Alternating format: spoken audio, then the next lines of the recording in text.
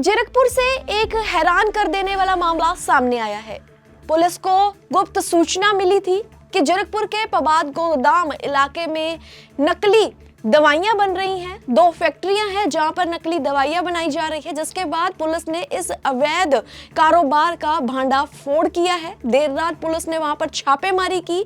छापेमारी के दौरान उन्होंने आयुर्वेदिक नकली जो दवाइयां बन रही थी उन्हें बरामद किया। इसके अलावा एलोपैथिक दवाइयां, फूड सप्लीमेंट्स और ब्यूटी प्रोडक्ट्स बरामद किए गए हैं। कार्रवाई के दौरान मौके पर फूड सेफ्टी विभाग के रवि गोयल, आयुर्वेदिक ड्रग विभाग के अधिकारी डॉक्टर ज्योति बब्बर और जीरकपुर की एएसपी गजलप्रीत कौर मौजूद रही। करीब 6 घंटे तक चली संयुक्त कार्रवाई में फूड सेफ्टी और ड्रग कंट्रोल विभाग की टीमों ने दवाइयों और अन्य उत्पादों के सैंपल भरे। प्रारंभिक जांच में सामने आया कि फैक्ट्रियों में सरकार द्वारा तय नियमों और मापदंडों के विपरीत दवाइयों को निर्माण किया जा रहा था। जांच में यह भी सामने आया कि बिना किसी वैध लाइसेंस और गंदगी भरे माहौल में लंबे समय से नकली दवाइयां तैयार कर उन्हें बाजार में सप्लाई किया जा रहा था।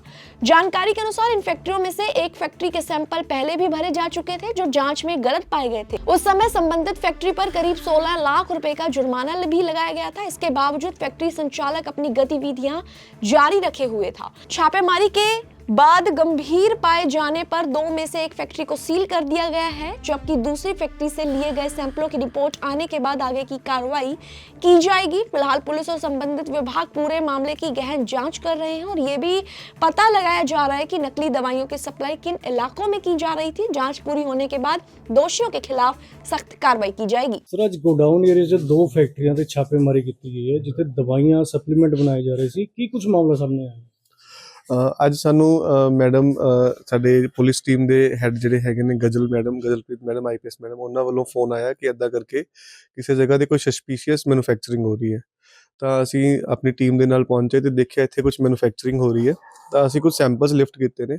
ਹਜੇ ਲਾਇਸੈਂਸਿੰਗ ਤੇ ਅਦਰ ਰਿਕਾਰਡ ਦੀ ਅਸੀਂ ਚੈਕਿੰਗ ਕਰਨੀ ਹੈ, ਕਿਉਂਕਿ ਇਸ ਟਾਈਮ ਤੇ ਉਹਦੇ ਕੋਲ ਰਿਕਾਰਡ ਅਵੇਲੇਬਲ ਨਹੀਂ ਹੈ। ਤੇ ਵੀ ਵਿਲ ਚੈੱਕ ਕਿ ਇਹਨਾਂ ਕੋਲ ਜਿੰਨੇ ਵੀ ਉਹ ਮੈਨੂਫੈਕਚਰਿੰਗ ਕਰ ਰਹੇ health supplement nutraceutical items, whether they are approved or not.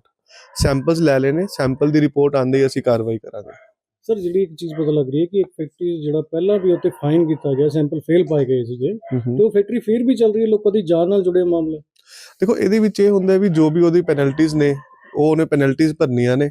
Penalties ਭਰ ਕੇ ਉਹ ਕੰਮ ਤਾਂ ਕਰ ਸਕਦਾ ਹੈਗਾ, ਬਟ ਜੇਕਰ ਉਹ ਫੇਰ ਵਾਇਲੇਸ਼ਨ ਕਰਦਾ ਅਸੀਂ ਫੇਰ ਸੈਂਪਲ ਲਵਾਂਗੇ, ਫਿਰ ਪੈਨਲਟੀਜ਼ ਹੋਣਗੇ, ਫਿਰ कंपाउंडिंग होगी, फिर अमाउंट जो है बढ़ेगी। सर, कहीं ना कहीं ये लोगों की जान के साथ खिलवाड़ नहीं है कि, या कहीं ना कहीं फूड सेफ्टी की लापरवाही है कि दोबारा जो फैक्ट्री सील कर दी गई उसके बाद दोबारा वही व्यक्ति वो दोबारा फैक्ट्री को संचालित कर रहा है? देखिए, इसमें ये तो नहीं कहूँगा कि सील कर दी गई, पेनल्टीज लगी हैं। सैंपल फेल हुआ तो उसकी जो भी उसके ऊपर ऑब्लिगेशंस थी, जो या ये कह सकते हैं हम जो गवर्नमेंट के नियम थे जिसके अकॉर्डिंग उसको जितनी पेनल्टी होनी थी उसको मैक्सिमम पेनल्टी लगी है, पेनल्टी उसने भर दी होगी, बस दिस इज ऑल।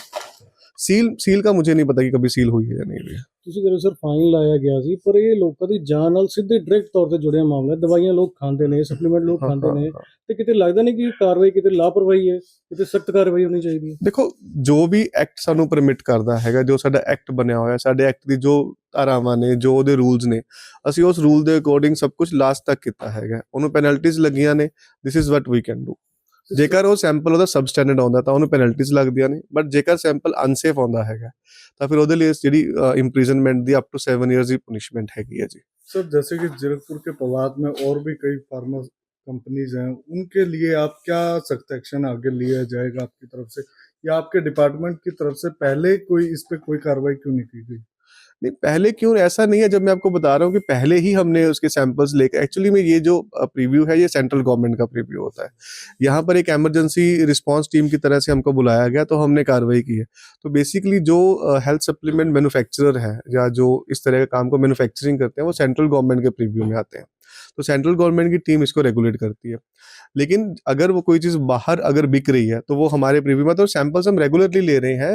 मतलब ऑन एन एवरेज अगर हम देखें तो जब किसी को पेनल्टी लगती है, अभी लास्ट मंथ तो तकरीबन 6 से 7 फर्म्स को पेनल्टी लगी है, एडीसी कोर्ट की तरफ से पेनलाइज किया गया है। क्या इनके पास कोई वैलिड लाइसेंस है? लाइसेंस सबके पास है जो अब तक हमने देखा है, पर उसमें ये इंपॉर्टेंट होता है कि whether the approval of every product is not there और नॉट, वो हमें सारे रिकॉर्ड चेक करके ही पता लगेगा। For example a person is manufacturing 20 items, तो उसके पास 20 आइटम्स की अप्रूवल है या नहीं, ये डॉक्यूमेंट चेक करके पता लगेगा। पेनल्टी लगने के बाद भी मतलब लाइसेंस रद्द करने का कोई प्रावधान नहीं है?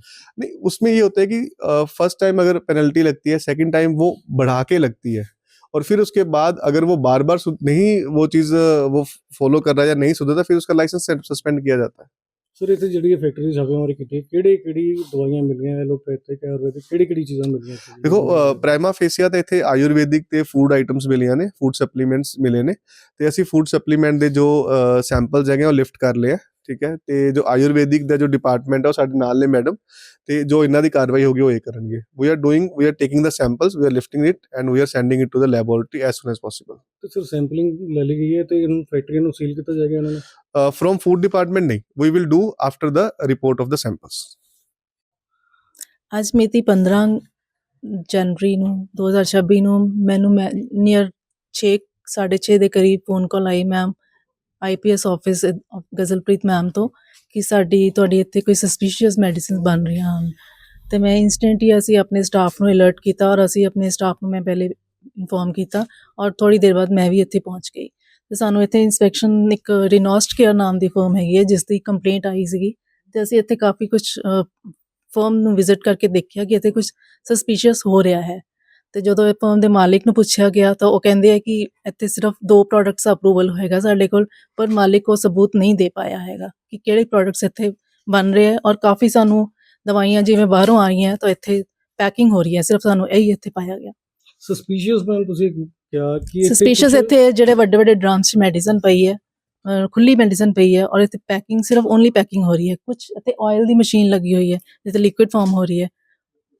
मैम आपके रिकॉर्ड्स में इस फार्मा के अंदर जो कंपोजिशन है और भी कई तरह की चीजें हैं, वो क्या आपके रिकॉर्ड्स में? हमारी जो फॉर्मुलेशन होती है, जैसे किसी फर्म ने लाइसेंस लिया है, सबसे पहले लाइसेंस हम फॉरवर्ड करते हैं अपने स्टेट लाइसेंसिंग अथॉरिटी को, वहाँ से अप्रूव होता है लाइसेंस, फिर वो फॉर्मुलेशन अपने फॉर्मूले अप्रूव कराती है फर्म जो होती है। ਕੋਲ ਜਿੱਥੇ ਅਸੀਂ ਖੜੇ ਹਾਂ ਫੈਕਟਰੀ 'ਚ ਉੱਥੇ ਵੀ ਇਹਨਾਂ ਕੋਲ ਕੋਈ ਲਾਇਸੈਂਸ ਹੈ? ਲਾਇਸੈਂਸ ਨੰਬਰ ਹੈ, ਲਾਇਸੈਂਸ ਨੰਬਰ ਹੈ 908 ਨੰਬਰ ਹੈਗਾ ਇਹਨਾਂ ਦਾ, ਔਰ 2022 ਚ ਇਸ਼ੂ ਹੋਇਆ ਹੈ 5 ਸਾਲ ਦਾ। ਇਹਨਾਂ ਨੇ ਇਹ ਦੱਸਿਆ ਕਿ ਸਾਡੇ 2 ਫਾਰਮੂਲੇਸ਼ਨਸ ਦਾ ਲਾਇਸੈਂਸ ਹੈਗਾ ਸਾਡੇ ਕੋਲ, ਪਰ ਇਹ ਸਬੂਤ ਅਸੀਂ ਸਾਨੂੰ ਪੇਸ਼ ਨਹੀਂ ਕਰ ਪਾਏ। ਮੌਕੇ ਤੇ ਖੜੇ ਹਾਂ ਤੇ ਘੱਟੋ ਘੱਟ ਨਹੀਂ ਤਾਂ 50-60 ਫਾਰਮੂਲੇਸ਼ਨ ਇੱਥੇ ਜ਼ਿਆਦਾ ਸਸਤਾ ਹੀ ਕਹਿ ਰਹੀ ਹਾਂ, ਸਸਪੀਸ਼ੀਅਸ ਮੈਡੀਸਨ ਬਾਹਰੋਂ ਆਈ ਹੋਈ ਹੈ ਜਿਹੜੀ ਇੱਥੇ ਪੈਕ ਹੋ ਰਹੀ ਹੈ। ਤੇ ਹੁਣ ਮੈਂ ਕਾਰਵਾਈ ਕੀ ਕੀਤੀ ਜਾਵੇ? ਕਾਰਵਾਈ ਅਸੀਂ ਆਪਣੇ state licensing authority doctor Manju ਹੈ, ਉਹਨਾਂ ਨੇ ਅਸੀਂ ਇਨਫੋਰਮ ਕਰਤਾ ਹੈ। ਅਸੀਂ ਕੱਲ ਰਿਟਨ 'ਚ ਅਸੀਂ ਨੋਟ ਦੇਵਾਂਗੇ ਆਪਣੇ ਚੰਡੀਗੜ੍ਹ ਡਾਇਰੈਕਟਰੇਟ ਆਫਿਸ, ਤੇ ਉਹਨਾਂ ਨੂੰ ਰਿਟਨ 'ਚ ਅਸੀਂ ਦੇਵਾਂਗੇ ਤਾਂ ਫਿਰ ਮੈਮ ਅੱਗੇ ਐਕਸ਼ਨ ਕਰਾਂਗੇ। ਤੇ ਮੈਂ ਹੁਣ ਮੌਕੇ ਤੇ ਫਿਲਹਾਲ ਅਸੀਂ ਜੇ ਸਸਪੀਸ਼ੀਅਸ ਹੈਗਾ, ਅਸੀਂ ਤੇ ਜੋ ਓਨਰ ਹੈ ਗੋਪਾਲ, ਉਹ ਕੁਝ ਸਾਨੂੰ ਸਾਬਿਤ ਨਹੀਂ ਕਰ ਪਾਇਆ ਕਿ ਇਹ ਦਵਾਈ ਕਿੰਨੇ ਫਾਰਮ ਨੇ ਸਾਡੇ ਕੋਲ ਪ੍ਰੂਵ ਹੈ ਤੇ ਕਿੰਨੀ ਦਵਾਈ ਸਾਰੀ ਅੰਦਰੋਂ ਆਈ ਹੈ ਬਾਹਰੋਂ ਆਈ ਹੈ, ਹੀ ਕਾਂਟ ਪ੍ਰੂਵ। ਤਾਂ ਇਸ ਲਈ ਅਸੀਂ ਇਹਨੂੰ ਫਿਲਹਾਲ ਸੀਲ ਕਰਕੇ ਜਾਵਾਂਗੇ with due permission from doctor. ਮੁੱਢਲੀ ਜਾਂਚ ਹੈ ਮੈਮ ਉਹ 'ਚ ਸਾਹਮਣੇ ਆ ਰਿਹਾ ਕਿ ਨਕਲੀ ਤੌਰ ਤੇ ਬਣਾਈਆਂ ਜਾ ਰਹੀਆਂ ਸੀ ਸਾਰੀ ਚੀਜ਼ਾਂ। ਨਕਲੀ ਅਸੀਂ ਡਾਟਾ ਸੈਂਪਲਸ ਪਿਕਅਪ ਕਰ ਲਏ ਹੋਏ ਆ ਇੱਥੇ, ਅਸੀਂ ਇਹ ਸਾਰੀ ਡਿਟੇਲ ਪਟਿਆਲਾ ਭੇਜਾਂਗੇ ਸੈਂਪਲ ਸਾਰੇ ਕੱਲ। ਜੋ ਮੈਮ ਤੁਹਾਡੀ ਜਿਹੜੀ ਇੰਸਪੈਕਸ਼ਨ ਕੀਤੀ ਗਈ ਹੈ ਹੁਣ ਮੌਕੇ ਤੇ ਉਹ 'ਚ ਕੀ ਸਾਹਮਣੇ ਆ ਰਿਹਾ ਕਿ ਨਕਲੀ ਬਣਾਈਆਂ ਜਾ ਰਹੀਆਂ ਸੀ? ਨਕਲੀ ਹੈ ਫਾਰਮੂਲੇਸ਼ਨ ਅਸੀਂ ਐਕਚੁਅਲੀ ਡਿਟੇਲ ਪਟਿਆਲਾ ਭੇਜਾਂਗੇ, ਉਸ ਤੋਂ ਪਤਾ ਚੱਲੇਗਾ ਕਿ ਇਹ ਨਕਲੀ ਹੈ ਕਿ ਅਸਲੀ ਹੈ। ਸਾਨੂੰ ਲੱਗ ਰਿਹਾ ਸਸਪੀਸ਼ੀਅਸ ਹੈ ਸਮਥਿੰਗ। ਮੈਮ ਅਸੀਂ ਦੇਖ ਪਾ ਰਹੇ ਹਾਂ ਲਗਾਤਾਰ ਗੋਡਾਊਨ ਏਰੀਆ 'ਚ ਪ੍ਰਭਾਤ 'ਚ ਛਾਪੇਮਾਰੀ ਕੀਤੀ ਜਾ ਰਹੀ ਹੈ। ਅੱਜ ਫਿਰ 2 ਫੈਕਟਰੀਆਂ 'ਚ ਛਾਪੇਮਾਰੀ ਕੀਤੀ ਗਈ, ਕੀ ਕੁਝ ਸਾਹਮਣੇ ਆਇਆ? ਸਾਨੂੰ ਇਨਫੋਰਮੇਸ਼ਨ ਮਿਲੀ ਸੀਗੀ ਕਿ ਇਸ ਪਾਰਟਿਕੂਲਰ ਜਗ੍ਹਾ ਦੇ ਵਿੱਚ ਕੁਝ ਇਲੀਗਲ ਮੈਡੀਸਿਨਸ ਦੀ ਮੈਨੂਫੈਕਚਰਿੰਗ ਚੱਲ ਰਹੀ ਹੈ, ਤੇ ਅਸੀਂ ਆਪਣੀ ਰੇਡ ਕੰਡਕਟ ਕੀਤੀ। ਮੀਨਵਾਈਲ ਸਾਨੂੰ ਇੱਥੇ ਆ ਕੇ ਲੱਗਿਆ ਕਿ ਬਿਕੋਜ਼ ਇੱਥੇ ਕੁਝ ਪਲਾਂਟਸ ਵੀ ਸੈਟਅਪ ਕੀਤੇ ਹੋਏ ਆ, ਤੁਸੀਂ ਦੇਖ ਸਕਦੇ ਹੋ, ਤੁਸੀਂ ਆਪਣੇ ਵਿਊਅਰਸ ਨੂੰ ਦਿਖਾਇਓ ਵੀ ਜ਼ਰੂਰ।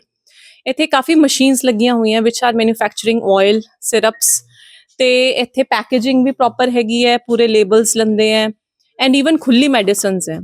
ਦ ਪੁਆਇੰਟ ਇਜ਼ ਕਿ ਇੱਥੇ ਅਗਰ ਖੁੱਲੀ ਮੈਡੀਸਿਨਸ ਡਰਮਸ ਦੇ ਵਿੱਚ ਪਈ ਹੈ, it has no expiry date with it, but ਜਦੋਂ ਇਹ ਬ੍ਰਾਂਡਿੰਗ ਕਰਦੇ ਆ ਉਸ ਚੀਜ਼ਾਂ ਦੀ ਤਾਂ ਉਹਦੇ ਤੇ ਪ੍ਰੋਪਰ ਆਪਣੇ ਵੱਲੋਂ ਹੀ ਉਹਦੇ ਐਕਸਪਾਇਰੀ ਡੇਟ ਔਰ ਮੈਨੂਫੈਕਚਰਿੰਗ ਡੇਟਸ ਲਿਖੀਆਂ ਜਾਂਦੀਆਂ। ਇਹ ਮੁੱਢਲੀ ਅਸੀਂ ਕਾਰਵਾਈ ਅਸੀਂ ਜਿੰਨੇ ਵੀ ਦੇਖਿਆ ਉਹ ਤੋਂ ਇਹ ਸਾਹਮਣੇ ਆਇਆ। ਔਨ ਦਾ ਸਪੌਟ ਫਿਰ ਅਸੀਂ ਜਿਹੜੇ ਅਥਾਰਟੀਜ਼ ਹੈਗੀਆਂ ਰਿਸਪੈਕਟਿਵ ਉਹਨਾਂ ਨੂੰ ਬੁਲਾਇਆ, ਜੋ ਕਿ ਹੈਗੇ ਆਪਣੇ district Ayurvedic officer and FSSAI ਤੋਂ ਇਹਨਾਂ ਦੇ ਫੂਡ ਸਪਲਾਈ ਆਫਿਸਰਸ ਆਏ, ਉਹਨਾਂ ਨੇ ਪ੍ਰੋਪਰ ਦੇਖਿਆ। ਜੋ ਡਿਸਟ੍ਰਿਕਟ ਆਪਣੇ ਡਿਸਟ੍ਰਿਕਟ ਆਯੁਰਵੈਦਿਕ ਆਫਿਸਰ ਹੈ, ਉਹਨਾਂ ਦੀ ਜਦੋਂ ਫਾਰਮੂਲੇਸ਼ਨ ਸੀਗੀਆਂ ਉਹ ਅਪਰੂਵਡ ਵੀ ਨਹੀਂ ਸੀਗੀਆਂ, ਪਲੱਸ ਲਾਇਸੈਂਸਿੰਗ ਦੀ ਰਿਕੁਆਇਰਮੈਂਟਸ ਮੀਟ ਨਹੀਂ ਹੋ ਰਹੀਆਂ, ਤਾਂ ਡੈਫੀਨੇਟਲੀ ਇਹ ਸਸਪੀਸ਼ੀਅਸ ਹੈਗਾ ਹੀ ਹੈ ਤੇ ਉਹ ਸਾਨੂੰ ਕੰਪਲੇਂਟ ਦੇਣਗੇ, ਮੀਨਵਾਈਲ ਅਸੀਂ ਬਣਦੀ ਕਾਰਵਾਈ ਕਰਾਂਗੇ। ਫਿਲਹਾਲ ਉਹਨਾਂ ਵੱਲੋਂ ਹੀ ਇਹ ਕੰਪਲੈਕਸ ਨੂੰ ਸੀਲ ਕੀਤਾ ਜਾ ਰਿਹਾ ਹੈ। ਤੇ ਮੈਮ ਕਿੰਨੀ ਫੈਕਟਰੀਆਂ ਸੀ, ਦੋਨੋਂ ਫੈਕਟਰੀਆਂ ਸੀਲ ਕੀਤੀਆਂ ਜਾਣਗੀਆਂ? ਨਹੀਂ ਫਿਲਹਾਲ ਇਹੀ ਫੈਕਟਰੀ ਸੀਲ ਕੀਤੀ ਜਾਏਗੀ। ਉਹ ਫੈਕਟਰੀ ਦੀ ਕੰਪਲੇਂਟ ਪ੍ਰੋਪਰ ਡਾਕੂਮੈਂਟੇਸ਼ਨ ਨੂੰ ਕੱਲ ਚੈੱਕ ਕਰਕੇ ਅਗਰ ਉਹਦੀ ਜ਼ਰੂਰਤ ਪਈ ਤਾਂ ਕੱਲ ਦੂਸਰੀ ਫੈਕਟਰੀ ਵੀ ਅਸੀਂ ਸੀਲ ਕਰਵਾਵਾਂਗੇ। ਸਪਲਾਈ ਕਿੱਥੇ ਹੋ ਰਹੀ ਸੀ? ਬੇਸਿਕਲੀ ਉਹ ਸਾਰਾ ਹੁਣ ਇਨਵੈਸਟੀਗੇਸ਼ਨ ਦਾ ਮੈਟਰ ਹੈ। Once we'll get the complaint from ਦੀ authority, will get the FIR register and also ਫਿਰ ਉਸ ਤੋਂ ਬਾਅਦ ਇਨਵੈਸਟੀਗੇਸ਼ਨ ਕਰਾਂਗੇ ਕਿ ਇਹਦੀ ਚੇਨ ਬੈਕਵਰਡ ਫਾਰਵਰਡ ਲਿੰਕੇजेस ਕਿੱਥੇ ਤੱਕ ਬਣ ਰਹੇ ਆ, ਇਹਦੇ ਕਿੱਥੋਂ ਇਹ ਮੈਡੀਸਿਨਸ ਪ੍ਰੋਕਿਉਰ ਕੀਤੀਆਂ ਜਾ ਰਹੀਆਂ ਸੀ। ਬਿਕਾਜ਼ ਜਿੰਨੇ ਇਹਨਾਂ ਨੇ ਪੁੱਛਿਆ ਹੈ questions, they were unable to answer. He was saying ਕਿ ਕੋਈ ਦਿੱਲੀ ਤੋਂ ਆ ਰਹੀ ਹੈ, ਬਟ ਕੋਈ ਪਾਰਟਿਕੂਲਰ ਬਿਲਸ ਨਹੀਂ ਪ੍ਰੋਡਿਊਸ ਕੀਤੇ ਗਏ, ਕੋਈ ਪ੍ਰੋਪਰ ਰॉ ਮਟੀਰੀਅਲਸ ਦੇ ਸੋਰਸ ਕਿਹੜੇ ਹੈ, ਕੁਝ ਇਹਨਾਂ ਕੋਲ ਇਨਫੋਰਮੇਸ਼ਨ ਨਹੀਂ ਸੀ। ਸੋ ਦੇ ਆਰ ਜਸਟ ਮੈਨੂਫੈਕਚਰਿੰਗ ਇੱਕ ਗਡਾਊਨ ਏਰੀਆ, ਜਿਵੇਂ ਤੁਸੀਂ ਪਤਾ ਹੈ ਕਿ ਤੁਹਾਨੂੰ it is just meant for storage only, but ਇੱਥੇ ਮੈਨੂਫੈਕਚਰਿੰਗ ਪੈਕੇजिंग ਸਭ ਕੁਝ ਚੱਲ ਰਹੀ ਹੈ। ਤਾਂ ਡੈਫੀਨੇਟਲੀ ਇਟਸ ਅ ਸਸਪੀਸ਼ੀਅਸ, ਔਰ ਇਸ ਬੇਸਿਸ ਤੇ ਹੀ ਜੋ ਸਿਵਲ ਮਹਿਕਮਾ ਹੈ they will just get it first, ਇਹਨੂੰ ਸੀਲ ਕਰਵਾ ਕੇ ਫਿਰ ਇਹ ਸਾਨੂੰ ਕੰਪਲੇਂਟ ਦੇਣਗੇ ਔਰ ਅਸੀਂ ਕਾਨੂੰਨੀ ਕਾਰਵਾਈ ਕਰਾਂਗੇ।